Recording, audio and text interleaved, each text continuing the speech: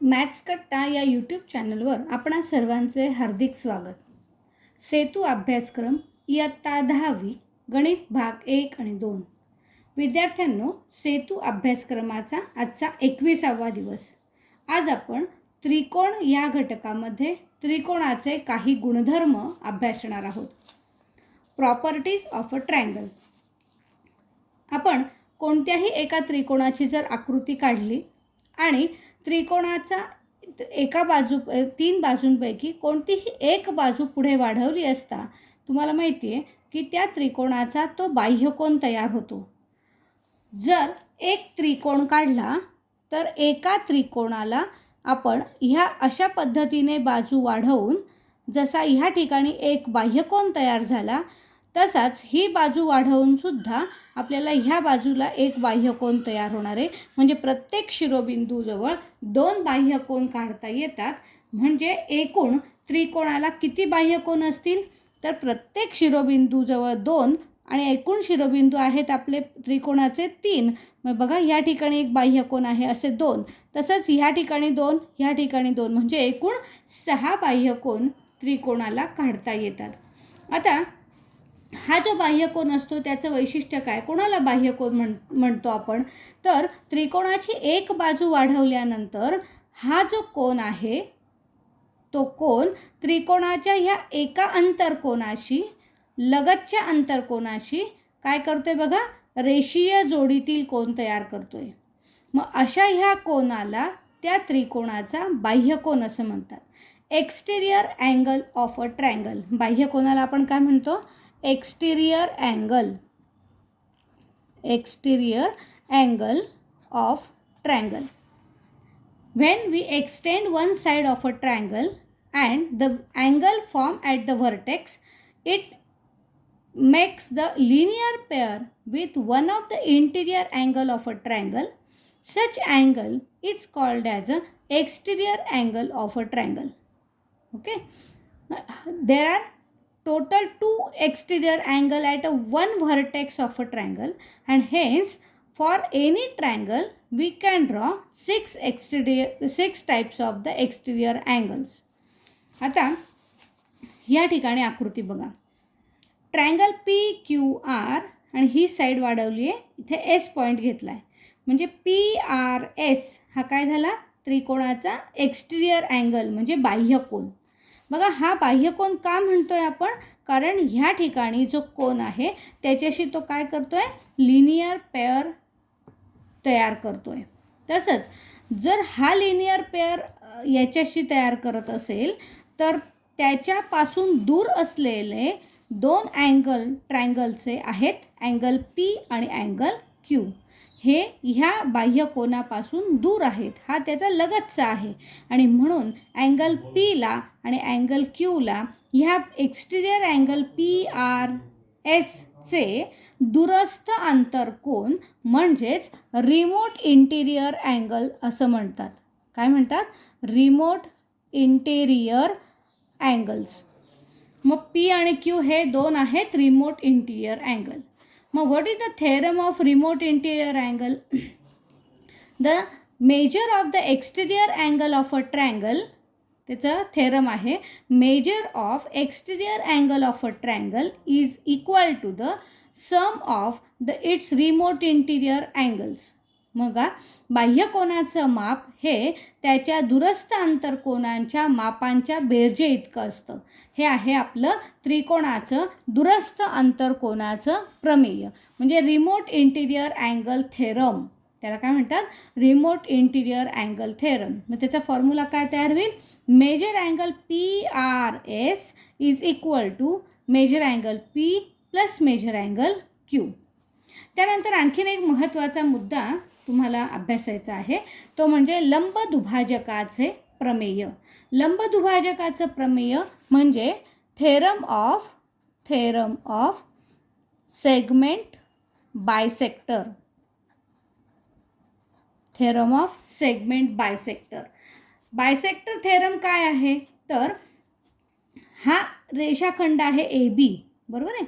ह्या ABचे दोन समान भाग करणारा हा सेगमेंट बायसेक्टर आहे, लाईन L. ही सेगमेंटला बायसेक्ट करते. मग ह्या बायसेक्टरवरचा कोणताही पॉईंट जर आपण घेतला तर तो ह्या सेगमेंटच्या 2 एंड पॉईंटपासून म्हणजे ए पासून आणि बी पासून इक्वल डिस्टन्सवर म्हणजे समान अंतरावर असतो, म्हणजे समदूर असतो. मग हे स्टेटमेंट बघा कसं आहे. रेषाखंडाच्या लंबदुभाजकावरील प्रत्येक बिंदू हा त्या रेषाखंडाच्या 2 अंत्यबिंदूंपासून समदूर असतो, म्हणजे समान अंतरावर असतो. याचा अर्थ ए पी हे अंतर जेवढं आहे तेवढंच बी पी हे अंतर आहे. म्हणजे length A P is equal to length B P हे आपल्याला लंबदुभाजकाचं प्रमेय सांगतं. आता इंग्रजी माध्यमाच्या विद्यार्थ्यांनी लक्षात घ्या. Any point on the segment bisector is equidistant from the end point of the segment. Equidistance म्हणजे हे अंतर इक्वल आहे कुणापासून, ए आणि बी पासून म्हणजे एंड पॉईंटपासून. आता याच्या उलट काय म्हणता येईल बघा. मग आता पॉईंट पी जसं आपण काढला आहे तो एक पॉईंट विचारात घेतला आहे, तसं आपण खाली पण एखादा पॉईंट घेऊ शकतो. कुठल्याही ह्या लाईन एलवर अनंत बिंदू आहेत आणि त्या अनंत बिंदूंपैकी आपण कोणताही एक पॉईंट सिलेक्ट जरी केला तरी तो ए पासून आणि बी पासून हा समान अंतरावर असणार आहे. आता उलट जर आपण असं आपल्याला आढळून आलं की एखादा पॉईंट हा ए पासून आणि बी पासून समान अंतरावर आहे, रेषेवर असेल किंवा रेषेवरती नसेल, रेषेवर असणारा हा एक पॉईंट आहे की जो बायसेक्ट करतो, मध्यबिंदू आहे, आणि याच्या व्यतिरिक्त दुसरा कोणताही पॉईंट आपण घेतला आणि तो पॉईंट ए आणि बी पासून समान अंतरावर आहे असं म्हटलं तर आपल्याला असं म्हणता येईल की याचाच अर्थ तो पॉईंट हा कुठे असला पाहिजे, लंबदुभाजकावर असला पाहिजे. म्हणजे ही रेषा काय आहे, बायसेक्टर आहे, लंबदुभाजक आहे. उलट म्हणजे लंबदुभाजकावर असेल तर अंतर सारखं असतं, अंतर सारखं असेल तर तो पॉईंट लंबदुभाजकावर असतो. बघा, if the point is on equidistant then it lie on the segment bisector and if the point is on the segment bisector then it is equidistant from the end points. म्हणजे हे दोन्ही प्रकारे आपल्याला converse पण त्याचा इथे सांगता येतो.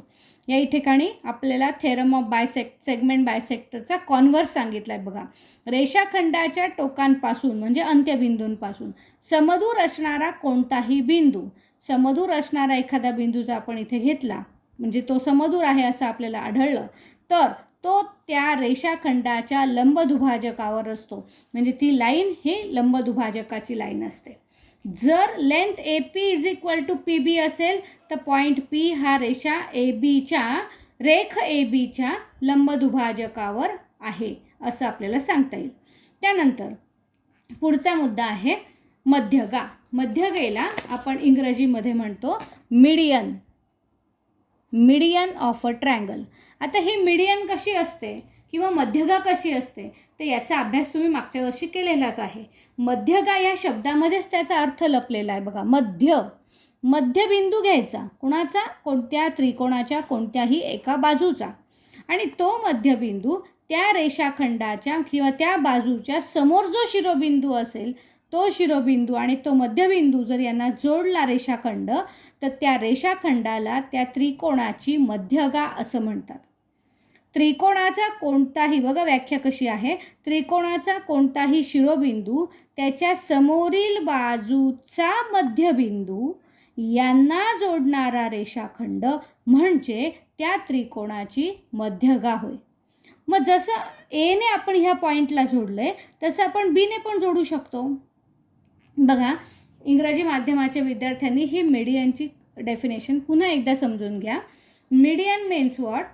When we take a midpoint of a segment and if it join with the opposite vertex of that side, then the segment joining the vertex and the midpoint of the opposite side, that is called as the median of a triangle. जसं बी हा शिरोबिंदू vertex असेल तर बीच्या समोरची side कोणती आहे, ए C.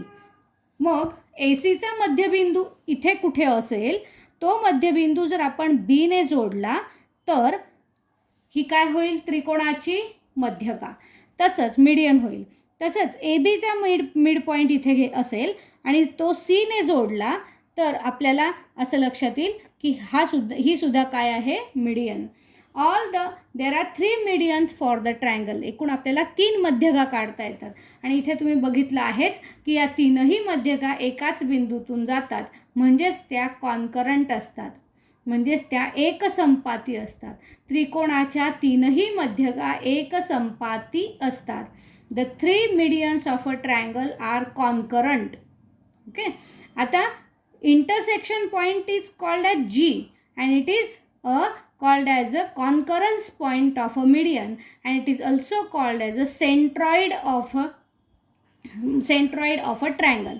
मग त्याला मराठीमध्ये आपण म्हणतो मध्यगा संपात बिंदू, म्हणजे त्याला इंग्रजीमध्ये काय म्हणतात, सेंट्रॉइड ऑफ अ ट्रायंगल. आणि याचं वैशिष्ट्य असं आहे या सेंट्रॉइडचं की हा सेंट्रॉइड ह्या मध्यगेचे दोन जे भाग करतो समान नाही. AG आणि GD बघितलं तुम्ही, A कडचा जो भाग आहे व्हर्टेक्सकडचा हा थोडा मोठा दिसतोय आणि हा इकडचा खालचा भाग कसा दिसतोय, लहान दिसतोय.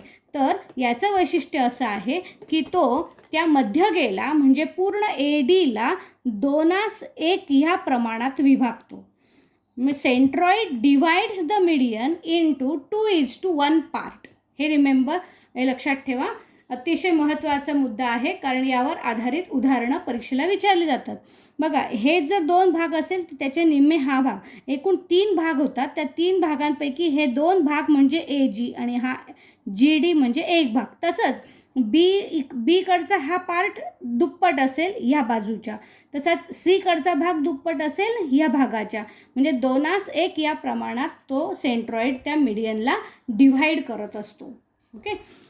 आता त्रिकोणाच्या बाजूंचा एक गुणधर्म आपल्याला अभ्यासायचा आहे मुलांना. त्रिकोणाच्या बाजूचा गुणधर्म, property of sides of triangle. Property of sides of triangle. त्रिकोणाच्या तर 3 बाजू आपल्याला माहीत असतील तर तुम्ही ही प्रॉपर्टी त्या ठिकाणी अजमावून बघू शकता.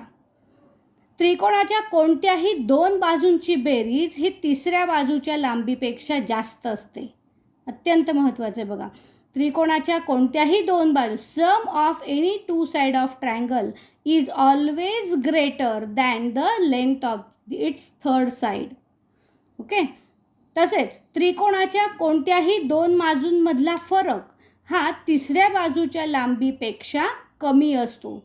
बेरीज जास्त असते आणि फरक हा कमी असतो. Difference between the any 2 sides of a triangle is always less than it's third side. बघा, इथे त्रिकोण ABC दाखवलेला आहे. AB आणि BC यांची बेरीज केली तर ती ACपेक्षा जास्त येईल. AB आणि ACची बेरीज केली तर ती BCपेक्षा जास्त येईल. BC आणि ACची बेरीज केली तर ती ABपेक्षा जास्त आली पाहिजे. तसंच वजाबाकीचं आहे, AB आणि BCची वजाबाकी केली तर ती ACपेक्षा लहान आली पाहिजे.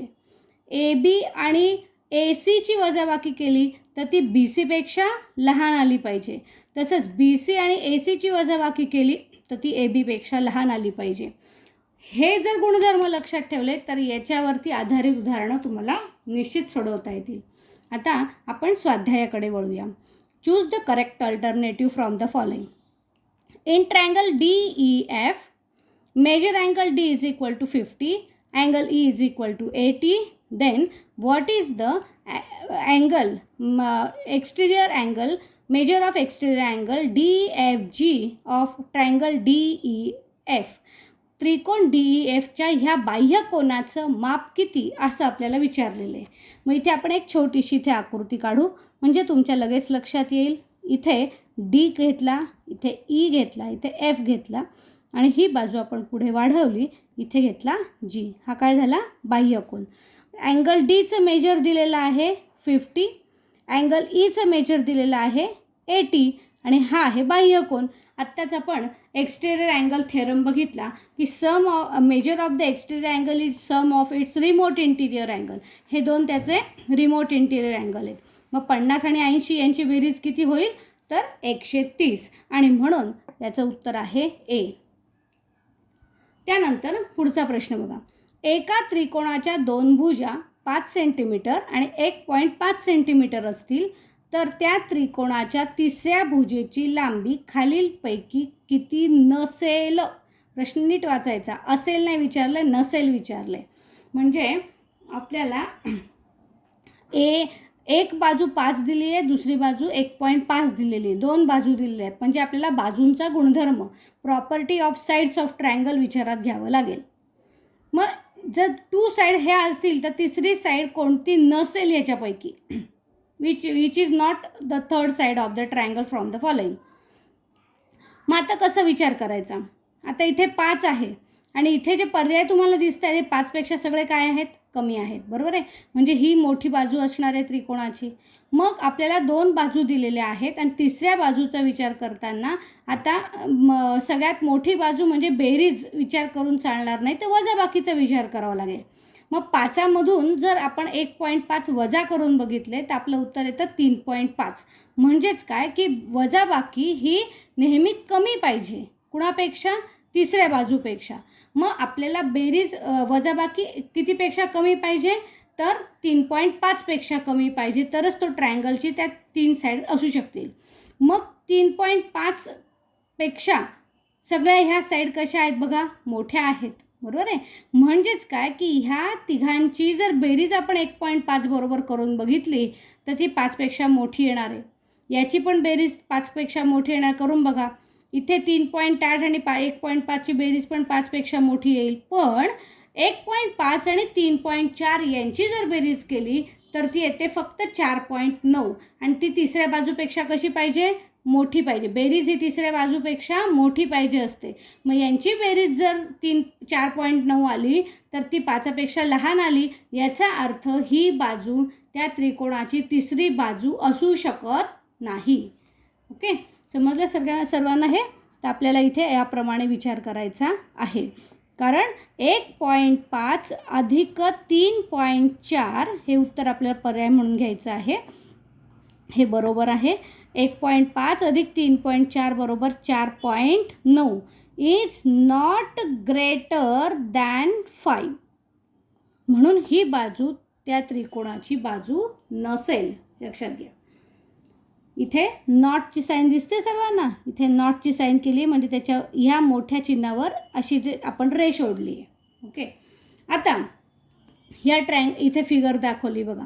या आकृतीवरून आपल्याला आन्सर द फॉलोइंग क्वेश्चन्स असा प्रश्न आहे. From the figure give the answer for the following. आकृतीमध्ये बाह्यकोन कोणता आहे, which is the exterior angle of in this figure. मग आता एक्सटिरियर अँगल तुम्हाला सहज ओळखता येईल. कोणता, अँगल ACD. Angle ACD. यात बाह्यकोनाला अनुसरून दुरस्थ अंतर कोणते. With respect to this exterior angle which are its remote interior angle असा क्वेश्चन आहे. मग ह्याचे रिमोट इंटिरियर अँगल कोणते, अँगल A आणि अँगल B. मग याचं उत्तर येईल angle A, angle B. Measure angle ACDचं माप शोधण्यासाठी कोणता गुणधर्म वापरावा. To find the measure of angle ACD which property we can use. मग कोणत्या प्रॉपर्टी वापरायची आपल्याला की sum of its remote interior angle. त्याचं मेजर हे रिमोट इंटिरियरच्या अँगलच्या इक्वल असतं. मग आपल्याला तो गुणधर्म लिहायचा आहे. It's remote interior angle theorem. Okay, जर इथे लिहायचं आपल्याला कोणता गुणधर्म वापरायचा, रिमोट इंटिरियर अँगल थेरम. दुरस्थ बाह्यकोनाच्या दुरस्थ आंतरकोनाचे प्रमेय.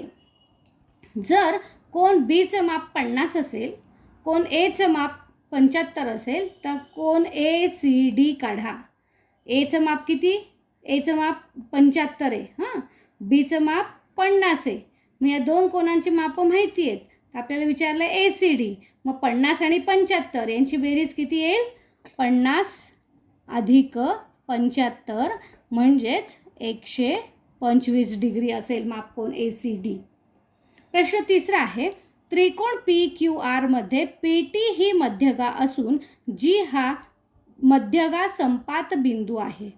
If in triangle PQR PT is a median, G is a point of concurrence or it is a centroid of a triangle, If GT is equal to 2.5, then what is PG and PT? आपण या ठिकाणी यासाठी एक आकृती काढूया. इथे आपण एक त्रिकोण काढला. या त्रिकोणाला नाव दिलं PQR. इथे आपण T हा पॉइंट घेतला, तर PT ही काय झाली, median. G is a centroid. त्यांनी म्हटलं आहे GT किती आहे, 2.5. मग GT ही जर 2.5 असेल तर तुम्हाला हा सेंट्रॉइड काय करतो, 2:1 या प्रमाणात विभागतो. 2:1 मध्ये तो डिवाइड करतो. मग 2:1 म्हणजे PG is equal to 2 times of GT. 2:1 इथे 2 भाग आहे, ते 1 भाग आहे, म्हणजे याच्या हा दुप्पट आहे. म्हणून आपण काय लिहिलं, PG बरोबर 2 गुणिले GT. आणि GTची व्हॅल्यू तुम्हाला माहिती आहे, तर 2 गुणिले 2.5 म्हणजेच उत्तर काय येईल, 5. म्हणजे PG काढता आला 5. ओके. आता आपल्याला पुन्हा पूर्ण PT विचारला आहे. मग PT म्हणजे काय, तर PG अधिक GT करायचं आहे. म्हणजेच 5 अधिक 2.5 म्हणजेच उत्तर येईल 7.5 सेंटीमीटर. अशा प्रकारे विद्यार्थ्यांनो यावर आधारित उदाहरणं सोडवायची असतात. तुम्ही जर हे गुणधर्म नीट लक्ष देऊन ऐकले तर तुम्हाला ही उदाहरणं सहज सोपी जातील. विद्यार्थ्यांनो, आजचा भाग जर तुम्हाला व्यवस्थित समजला असेल तर व्हिडिओ लाईक करा, विद्यार्थ्यांमध्ये शेअर करा आणि चॅनल सबस्क्राईब केलेलं नसेल तर जरूर करा, म्हणजे तुम्हाला पुढचं नोटिफिकेशन निश्चित कळेल. धन्यवाद.